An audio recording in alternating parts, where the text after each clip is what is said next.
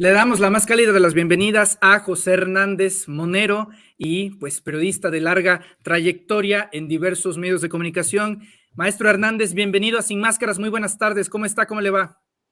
Hola, ¿qué tal? Muy bien, muchas gracias por la invitación. Por favor, no me hables de usted. Ok, Pepe, ¿puedo? Sí, claro. Ok, gracias por la confianza, Pepe. A ver, Monero Hernández, la verdad que dentro de este panorama de la política mexicana y los medios de comunicación, si hay un grupo en específico que sabe identificar estos patrones de comportamientos de la derecha, principalmente alrededor de toda Latinoamérica y el mundo, pues ha sido el grupo que han conformado en el Chamuco TV. Viene esta campaña de decir que son perseguidos políticos. Perseguidos políticos ponen un muro, el muro de los lamentos, incluyen personajes como Chumel Torres, Carlos Loret de Mola, Carmen Aristegui y por supuesto los políticos que votaron en contra de la reforma eléctrica. ¿Victimizarse les funciona o todo lo contrario? ¿Cómo ve usted? ¿Cómo ves, Pepe? Pues supongo que les ha de funcionar a su clientela habitual, a su voto duro, que creo que cada vez es menor, pero es simplemente una más de sus intentos por ganar un cierto reconocimiento, una cierta simpatía, pero yo creo que no les va a funcionar. Es un intento más de muchos que han hecho desde que empezó el gobierno. Esta oposición que tenemos en México es una oposición muy irresponsable, muy poco empática, muy torpe, y es además la oposición obvia después de lo que fueron cuando no eran oposición. Es decir, cuando estuvieron en el gobierno, fueron un gobierno muy irresponsable, muy torpe, muy corrupto y muy poco empático, muy alejado de la ciudadanía, totalmente alejado pues de los ciudadanos, de la gente común. Entonces, pues ahora como oposición pues son exactamente lo mismo. Pareciera que no se dan cuenta del grado de desprestigio que tienen, un desprestigio ganado a pulso totalmente, por lo que acabo de decir, ¿no? Porque siendo parte del gobierno, estando en el gobierno, pues fueron muy corruptos y fueron muy torpes y muy cínicos. Entonces ahora pues es lo mismo. Y han intentado de todo. Han intentado una campaña sucia en contra del gobierno actual con base en mentiras, con base en tergiversación de los hechos. Esta semana lo vimos, hace unos días se promovió, se difundió, Vicente Fox incluso, difundió un video de hace 3 años de pues una provocación montada por el PRD de la Ciudad de México cuando la campaña de Claudia Sheinbaum, provocación y agresión que incluso terminó con una mujer lamentablemente fallecida en ese acto, pero lo hicieron pasar por una cosa reciente, ¿no? Que había sucedido en estos días, como si tratando de demostrar que Claudia Sheinbaum estaba perdiendo mucha popularidad y ahora le estaban agrediendo. Después, Claudio X González difundió una caricatura falsa. Tomaron un cartón que se publicó en un medio canadiense, le cambiaron a los personajes y pusieron la cara de López Obrador en uno de los personajes y la difundían como verdadera, diciendo que esa era la manera en que se veía a México o se veía al presidente mexicano en el exterior. Ayer vimos un falso video del supuestamente el hijo de López Obrador fumando en la oficina presidencial de Palacio Nacional. En fin, todos los días son mentiras, todos los días son engaños. Y junto a esto, también muchísimos intentos de formar algo medianamente presentable que pueda representar a esta oposición. Lo han intentado con muchos membretes, con muchos nombres, que finalmente son los mismos. Son los 3 partidos políticos opositores, asociados alrededor de esta figura tan extraña que es Claudio X González. Bueno, no extraña, más bien tan cuestionada como es Claudio X González, y por otro lado, una serie de voceros dentro de los medios corporativos, entre los cuales resalta el diario Reforma y el diario El Universal, los cuales desde que empezó el sexenio, sobre todo el Reforma, decidieron dejar de hacer periodismo y dedicarse a hacer política. Todo esto con una doble intención. Por un lado, tratar de erosionar la aceptación que tiene el presidente López Obrador, y por otro lado, pues recuperar el poder de la manera en que sea, ¿no? Entonces, pues esto del Muro de los Lamentos y de estos perseguidos políticos y llamarse así y poner a todos estos personajes ahí como víctimas, pues yo creo que es un intento más y que no les va a funcionar en la gran mayoría de la gente y que les va a funcionar entre ellos mismos, que a veces me parece que ellos se crean todas estas historias absurdas, todas estas fantasías, pero no solo las crean, sino que ellos mismos se las creen. Me parece bastante ridículo. Entiendo que que inventen todas estas mentiras, pero me parece ya un exceso que también se las crean. Pepe Hernández, hoy Epigmenio Ibarra con Ciro Gómez Leiva en su programa de Radio Fórmula, hablaba citaba a Goebbels, el ministro de propaganda nazi de Hitler, y hablaba de esta estrategia de la deshumanización del adversario, del oponente, para reducirlo, es decir, que la violencia verbal preludie la violencia física. Sin embargo, muchos de ustedes son atacados con estas mismas estrategias de las que habló Epigmenio Ibarra, pero tú te lo has tomado particularmente con un muy buen humor. Cada vez que viene esta oleada, que son como cada semana, pues tú lo has incluso utilizado como biografía de Twitter, no sé, Monero neoestalinista del nuevo régimen, el actual Monero que da hueva. Es decir, tú lo has llevado en vez del lugar de la indignación o de la confrontación, al lugar del humor. Y creo que eso es lo que más enoja a toda la legión de bots o de opositores, porque realmente es una forma de no tomarse en serio esta serie de ataques y al mismo tiempo, pues seguir promoviendo tu obra a través de tus monos. Es que efectivamente desde hace ya bastante tiempo, y yo creo que empezó hace unos 3, 4 años y en los últimos meses se intensificó. Sí hay una serie de gente en Twitter que yo no sé qué tanto sean gente real, yo no sé qué tanto sean troles, yo no sé qué tanto sean bots, no lo sé, no tengo el dato, pero sí me parece que es clara la campaña, ¿no? Y me parecen claros sus objetivos, que creo que son dos básicamente. Uno es provocar en este caso, pues, por ejemplo, a nosotros los moneros o a los simpatizantes del López Obrador, que tenemos espacios en algunos medios de comunicación, como Epigmenio, por ejemplo, ¿no? Como mis colegas, El Fisgón, Rapé, etcétera, como Pedro Miguel. Provocarnos para que nosotros caigamos en la provocación y reaccionemos de manera, pues obviamente indignándonos y que reaccionemos incluso de manera agresiva y que los insultemos o que los ataquemos y que entonces, claro, y así nos exhiban, ¿no? Miren, también ellos son unos violentos. Esa es una. Y o es esa, o bien la otra finalidad, me parece que es tratar de inhibir la participación en redes. Y que entonces, pues sí, que ya al ver tal ataque de estos personajes, pues ya no querramos seguir participando en Twitter, por ejemplo, ¿no?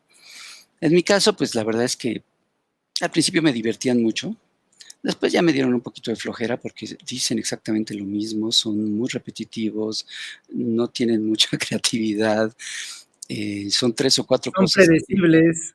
Son predecibles, absolutamente. El otro día hice un experimento, simplemente saludé en Twitter, ¿no? Hola, Twitter. Y pues claro, me llegaron cientos y cientos de insultos y demás. Y así, cualquier cosa que tuiteo, me llegan todos estos personajes. En ese sentido, el primer objetivo conmigo no lo van a lograr jamás, porque nunca voy a reaccionar yo como ellos quisieran, ni me van a exhibir como un tipo violento ni nada, entre otras cosas porque no lo soy. Y aparte, siempre he pensado que si si por ejemplo en Twitter me acusan de algo y es falso, pues ¿para qué me enojo? Y si me acusan de algo y es cierto, pues ¿para qué me enojo? Entonces realmente, pues, te digo, hasta me divierten. Pero la segunda finalidad a veces sí la llegan a lograr, que es que me dé un poquito de flojera ya entrar y discutir. Entonces, más bien lo que hago es ignorarlos, ¿no? Pero sí, ha habido esto que dices que utilizo o uso estos ataques y estos comentarios para ponerlos en mi perfil de Twitter. Yo creo que el que más me ha divertido es el de la famosa dentista de nombre impronunciable, Laurian no sé qué, que en una entrevista con este otro impresentable, ¿cómo se llama? El de Atypical TV, Carlos Alasraqui. con Carlos Alarraqui, se refirió a mí como un monero muy raspa. Entonces ese se me hizo muy bonito y esa la usé mucho tiempo en mi perfil de Twitter. Monero Hernández, el día de hoy la gobernadora de Campeche, Laida Sansores, exhibe un audio filtrado del actual presidente del PRI, Alejandro Moreno Cárdenas, hablando de que se le deposite un pago de 2.5 millones de dólares en Panamá, Antonio Solá. Más allá del hecho que es indignante y que nunca va a ver el INE o el Tribunal Electoral, digo, no tenemos muchas esperanzas de que hagan algo al respecto, llama la atención el personaje al cual se le deposita ese dinero, es decir, un viejo conocido en la política mexicana, un consultor español, según el aspirante en algún momento a la presidencia de España. Justamente de los personajes que estuvo atrás de campañas como AMLO es un peligro para México y demás, vuelve, pero ahora para apoyar a Alejandro Moreno Cárdenas en esta nueva etapa, es decir, está presente un hombre que le ha dado asesoría principalmente a candidatos y a gobiernos de derecha en Latinoamérica y que ahora va de la mano con Alejandro Moreno Cárdenas, como lo revela Laida Sansores. Para ti, ¿qué representa, qué significa que este viejo conocido vuelva a las andadas acá por nuestro país? Para, pues ahora, no atacar a un candidato, sino a un presidente de la República. Pues es que no sorprende, estos personajes pues a eso se dedican, son sicarios mediáticos, son, pues, tú mencionabas hace un momento a Goebbels, pues son una especie de Goebbelsitos, ¿no? Eh, expertos en campañas sucias, en campañas negras, en desprestigiar con base en mentiras. Está este famoso Antonio Solá, que como bien dices, es uno de los autores de López Obrador es un peligro para México y de esa nefasta campaña sucia del 2006, como también está Dick Morris, que participó en esa campaña, y también en el 2018 se nombró mucho a un tal JJ Rendón, creo que colombiano, si no me equivoco. Son gente que se dedica a eso, gente que se dedica a ensuciar lo más posible a los contrincantes, valiéndose de lo que sea, y que, pues, incluso hasta me parece lógico que no les importe, esa no es una cuestión de ideologías. En ellos, pues, lo único que les interesa pues, es la lana, y no importa los contrate quien los contrate. Entonces, pues claro, puede haber sido el PAN, puede ser ahora el PRI, puede ser cualquiera que los contrate y ellos hacen su chamba. Si bien en el 2006 funcionó bastante bien y todavía ahora vivimos o hay gente que todavía pues lo convencen o son tocados por los residuos de esa campaña, que fue una campaña muy fuerte. Yo creo que cada vez es menos la gente que se lo traga, porque cada vez es más la gente que está un poquito más informada o que por lo menos empieza a dudar un poco de esto. Y es tal, como decía al principio, es tal el desprestigio de estos personajes que difícilmente este tipo de campañas les van a funcionar. O sea, Alito Moreno es un personaje totalmente desprestigiado, como lo son los otros dos presidentes de los otros dos partidos, como lo es la misma alianza, como lo es el promotor empresario de esta alianza, como son los medios que están alrededor de ello, como lo es el agente de Krause, el agente de Aguilar Camín, como lo es Alarraqui, que lo mencionaba hace un momento, en fin, todos estos personajes que están alrededor de esto no acaban de entender que la única manera de poder lograr credibilidad, pues es actuando con la verdad, que la única manera de enfrentarse a un personaje como López Obrador, que es un político, además un viejo político con mucho colmillo, pero un político que puede tener varios de los defectos de muchos políticos, pero que tiene una serie de virtudes que muy pocos políticos tienen. Y entre ellas, pues es un personaje auténtico y es un personaje honesto, que no busca enriquecerse él, que no busca el beneficio personal, que no busca el enriquecimiento personal. Simplemente es ese punto, el de no buscar el enriquecimiento, es una característica que absolutamente ninguno de los otros personajes que acabo de mencionar tiene. Todos los demás están buscando su provecho personal, tanto políticos como empresarios, como periodistas, en fin, todos ellos, eso es lo que están buscando. Realmente no buscan un interés colectivo. Y por eso se apoyan en este tipo de campañas que, insisto, yo no creo que les vayan a funcionar. ¿Periodistas como Carmen Aristegui, Pepe? Pues el caso de Carmen a mí me llama mucho la atención. Creo que todos sabemos pues que ella en algún momento fue un referente de un periodismo honesto, de un periodismo profesional, enfrentado al poder, y que esto mismo le causó a ella pues salir del aire en varias ocasiones. Venganzas, a partir de venganzas políticas al más alto nivel, por parte del presidente Calderón en su momento, cuando la saca de MBS, y después por parte del presidente Peña Nieto, cuando la saca definitivamente pues ya de MBS, ¿no? Después de que logró zanjar la primera venganza de Calderón. Pero ahora me llama mucho la atención que ella se preste y se acerque a personajes pues que no son de ninguna manera ni pueden ser nunca referentes de un periodismo profesional o de una honestidad intelectual, como son los personajes de Va por México, los personajes de Mexicanos Unidos contra la Corrupción, o como se llama el membrete, y incluso de estos periodistas que están alrededor de la figura de Claudio X.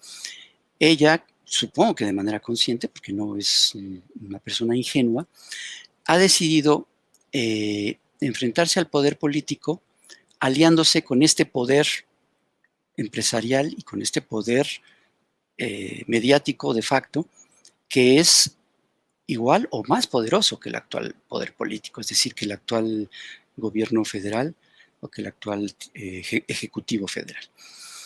Y lo ha hecho, pues, me parece que de manera torpe, porque lo hizo con ese reportaje sobre la fábrica de chocolates de los hijos del observador, que era un reportaje que realmente no cumplía con lo básico que no lograba demostrar lo que sugería, las acusaciones que sugería, y después ya de manera más, me parece que más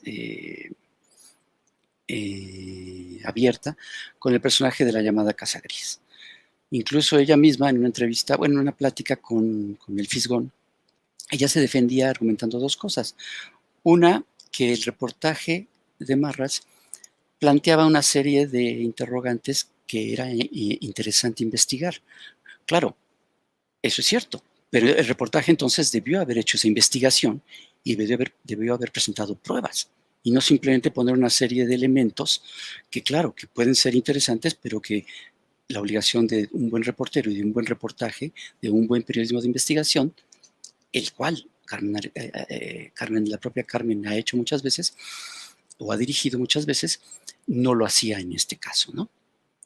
Y su segunda defensa era que no se podía dudar del trabajo periodístico de uno de los autores del reportaje, de Raúl Olmos. De Raúl Olmos, exacto.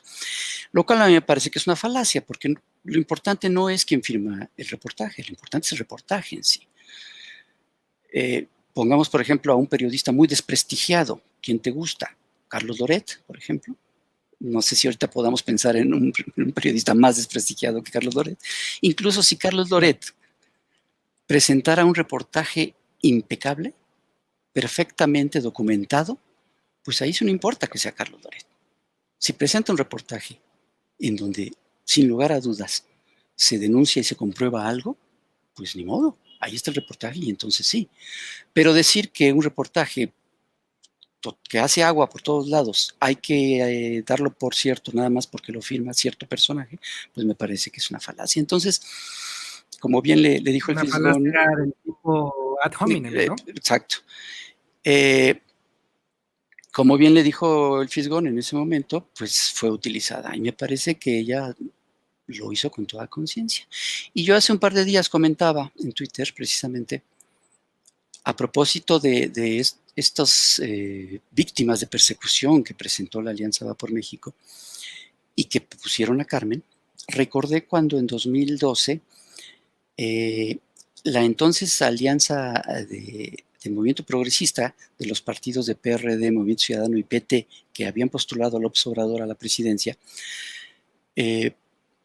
hicieron un spot denunciando el caso del Monex Gate, toda esta triangulación que sugería lavado de dinero y con la cual se financió la campaña de Peña Nieto.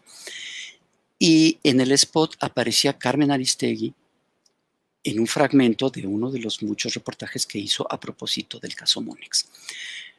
Carmen se molestó mucho, se indignó y exigió que fuera retirado el spot, porque decía que no iba a permitir que usaran su imagen con fines políticos como ese. Para mí contrastó muchísimo con su reacción ahora, cuando la usan también con fines políticos. Simplemente dijo, a mí nadie me pidió permiso y ya, pero no exigió absolutamente nada más. Entonces, esta serie de cosas, pues a mí me sorprenden mucho. Yo no pondría a Carmen en el mismo costal que los otros personajes. Yo no pondría a Carmen en el mismo costal que Loret de Mola. Pero me temo que ella se está poniendo en el mismo costal que Loret de Mola al aceptar reportajes como los de la Casa Gris. Finalmente, Pepe Hernández, Monero Hernández, la sucesión presidencial 2024. Han salido recientemente dos personajes, queremos o no, políticamente mediáticos, fuertes dentro de la 4T. Uno, Ricardo Monreal, y hace un par de días, de hecho creo que el día de ayer, el diputado Gerardo Fernández Noroña, con declaraciones peculiarmente similares. En el caso de Monreal, diciendo sin embargo, al aire con Álvaro Delgado y Alejandro Páez Varela, que ese 10% que él podría tener, pues podría hacer que pierdan en la sucesión presidencial si se decidiera ir por otro lado. Mientras que el diputado Gerardo Fernández Noroña, pues él no dio estadísticas, él dijo, bueno, si yo me voy, pues se va una gran parte de ese electorado, yo traigo las bases y con ello, pues hasta podemos perder la sucesión presidencial. Es decir, son dos comportamientos del estilo, soy yo o nadie más. Pero dentro del trío, de la triada que ha propuesto el presidente López Obrador, Claudia Sheinbaum, Marcelo Ebrard y Adán Augusto López Hernández, que ha mencionado principalmente en la conferencia matutina, dos pues andan jugando de manera tibia, ¿no? Entre yendo a eventos con candidatos a gubernaturas de otros estados, mientras que un Adán Augusto López Hernández, pues realmente ni siquiera da declaraciones a los medios y dice, yo no doy declaraciones, él bastante tranquilo, él a lo suyo.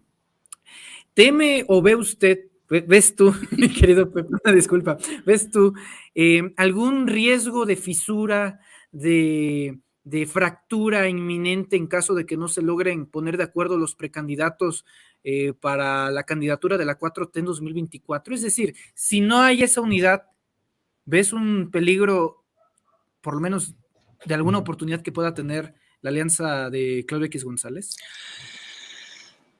Bueno, empezando porque falta muchísimo tiempo para el 2024 y pueden pasar muchísimas cosas. Salvo eso que es importante tenerlo en cuenta.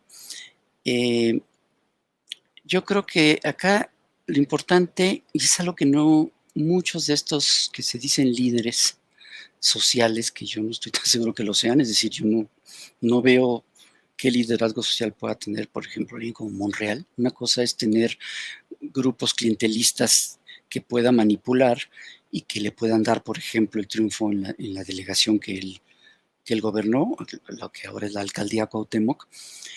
Yo creo que una cosa es eso y otra cosa es realmente ser un líder social. Entonces, algo que me llama la atención de estos personajes que creo que no han entendido es que a mí no importa si ellos se ponen de acuerdo o no se ponen de acuerdo. No han entendido que ya no importa si las cúpulas se ponen de acuerdo. Lo importante es la gente. Y eso es lo que estos personajes no entienden, ya sea de la oposición o incluso de Morena. Lo importante es la gente. Y es cierto que la gente no es tonta. Estos personajes, de veras que son más parecidos a los de la oposición que a los de Morena, aunque bueno, en Morena también existen muchos personajes de este tipo, personajes que solamente ven por su propio beneficio. En el caso de Monreal me parece que el tipo es totalmente impresentable, insisto, no me parece que sea un líder social de ninguna manera, es un viejo político priista con las lógicas priistas. Noroña pues es un personaje demasiado polémico, muy poco inteligente desde mi punto de vista, que puede tener un cierto impacto en algunos sectores, pero muy, muy pequeños. Y a mí me parece que cometería un error muy grande si sigue pensando que él puede ser un presidenciable. Yo creo que los candidatos presidenciables no son los que va a elegir una cúpula. Un buen candidato presidencial es aquel que se hace indispensable. Y yo creo que eso es una lección que deberían haber aprendido del propio López Obrador. López Obrador se hizo el candidato imprescindible desde poco antes del año 2000. Es decir, en la Ciudad de México, cuando se acercaba el año 2000 y Cuauhtémoc Cárdenas, siendo jefe de gobierno del Distrito Federal, buscaba por tercera ocasión la candidatura presidencial, la figura de López Obrador surgió como él sí un verdadero líder social, y además no solo en la Ciudad de México. Es más, no lo era mucho en la Ciudad de México. Él era más un líder social en el sureste del país, pero que se hizo indispensable, se hizo el candidato obligado. Y a pesar de que había muchos personajes que buscaron esa candidatura, como Demetrio Sodi, como Marco Rascón, y que acabaron odiando a López Obrador porque él se quedó con la candidatura, pero no entendieron esto, que un candidato para un puesto de esta magnitud se tiene que hacer necesario. Y en ese sentido, gente como Ricardo Monreal y Noroña me parece que no lo son y que no han entendido esto. Quedan los otros tres que mencionas. Ahora, todo esto que te estoy diciendo son impresiones mías, posiblemente esté equivocado, no lo sé, lo iremos viendo con el paso del tiempo. Sí, porque luego se levantan los ánimos, por ejemplo, aquí en el chat se han levantado rápidamente los ánimos, pero así es el debate, las opiniones, ruidoso, ¿no? Sí, claro. Y a mí me parece que Adán Augusto es más bien como un distractor que quiere poner López Obrador, y que realmente los candidatos fuertes pues son Claudia y Marcelo, y en ese sentido, y ahora voy a hablar a título meramente personal, ni siquiera pensando como en una posible observando lo que sucede y entonces eso me da alguna idea, sino lo que yo quisiera o lo que yo creo. A mí me parece que el único personaje que asegura o que le da continuidad, una certeza de continuidad a la 4T y al movimiento obradorista es Claudia Sheinbaum. Me parece que Marcelo Ebrard no está en ese tenor, me parece que él, si bien podría tener una aceptación en ciertos grupos, me parece que sí se iría por otro lado. No quiero decir que traicionaría a la 4T, pero sí le quitaría un poco la haría como una 4T descafeinada, ¿no? Me parece 4T que descafeinada, deslactosada. deslactosada, así, light, ¿no? Light. Okay. Y entonces en ese sentido que me parece que sí realmente sería la única que podría continuar con este proyecto es Claudia Sheinbaum. Pero como tú dijiste al principio, que decía Monreal o Noroña, decían, si no soy yo vamos a perder o algo así. Es que Morena podría perder incluso ganando, que podría ser el caso de Ebrard, por ejemplo. O podría ganar perdiendo.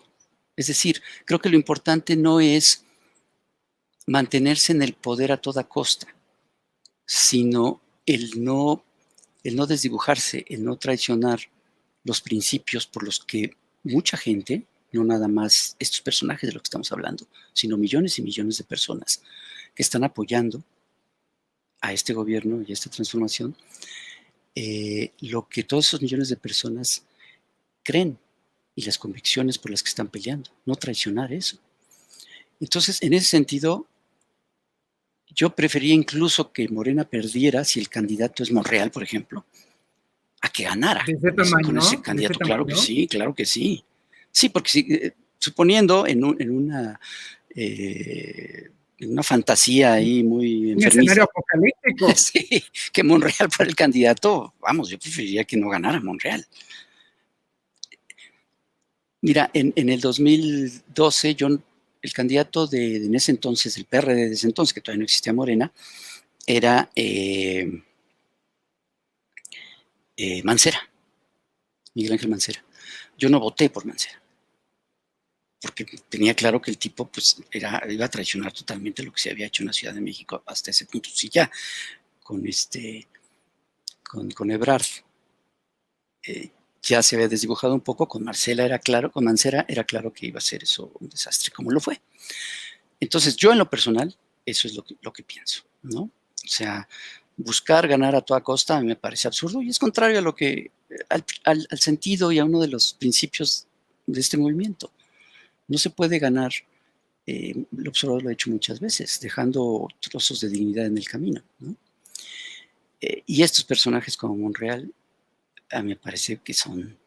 Yo una vez hice un cartón de Monreal. López Obrador ha usado mucho esta palabra de que él no es un ambicioso vulgar.